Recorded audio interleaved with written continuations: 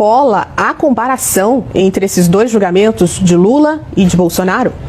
Sim.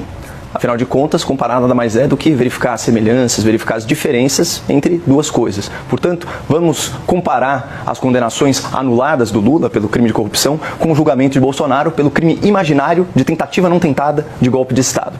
A primeira comparação diz respeito a quem julga. O Lula foi julgado pela Justiça Comum em primeira instância por um juiz sorteado, sem histórico de afiliação política e nenhum envolvimento prévio com o caso. Nos seus processos, o Lula teve direito a apelar ao Tribunal Regional Federal, ao Superior Tribunal de Justiça e ao próprio Supremo Tribunal Federal.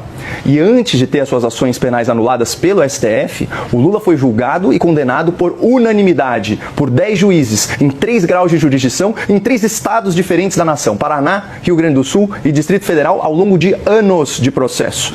Já o Bolsonaro perdeu o direito de ser julgado pela Justiça Comum e está sendo perseguido diretamente pelo STF, que é o órgão máximo do Judiciário, sem direito a apelar para o tribunal num julgamento relâmpago. E no Supremo, alguns dos juízes da ação penal contra o Bolsonaro já declararam em público sua intenção de derrotá-lo politicamente, já o processaram, já advogaram a favor do PT e são aliados históricos do senhor Lula da Silva. A segunda comparação diz respeito às provas do processo. No caso do Lula, implicado no escândalo do Petrolão, havia múltiplos delatores que eram réus confessos e denunciaram aí uma série de vantagens indevidas recebidas pelo petista.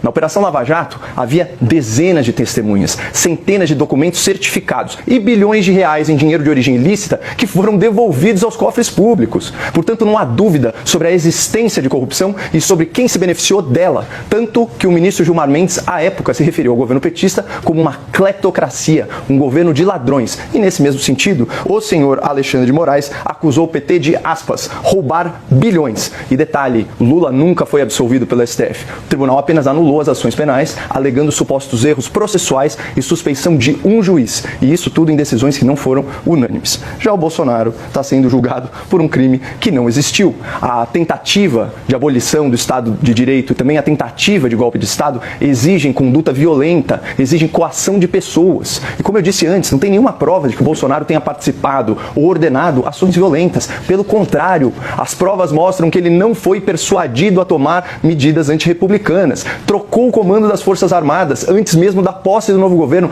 e estava no exterior, hospitalizado, quando houve a baderna do 8 de janeiro.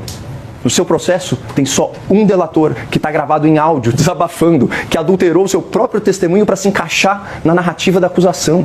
E já são aí mais de 10 versões diferentes dos fatos e nenhuma prova documental do envolvimento do ex-presidente em nenhuma ação antijurídica. E, finalmente, uma terceira e última comparação diz respeito ao direito de defesa na arena pública. O Lula teve a sua liberdade de falar e a sua liberdade de mentir respeitadas até a sua prisão após condenação unânime em segunda instância. Ainda assim, o Lula manteve ativas as suas contas nas redes sociais e, do cárcere, participou da coordenação política da campanha eleitoral fracassada do PT em 2018. Já o Bolsonaro, eu já estou terminando, está em prisão domiciliar, sem direito a receber visitas não autorizadas pelo STF, impedido de usar o seu telefone celular e as suas redes sociais. Então, é uma verdadeira sanção de mordaça antes mesmo do seu primeiro julgamento. Portanto, Ju, existe sim comparação entre os dois casos e essa comparação escancara a diferença escandalosa de tratamento entre Lula da Silva e Jair Bolsonaro.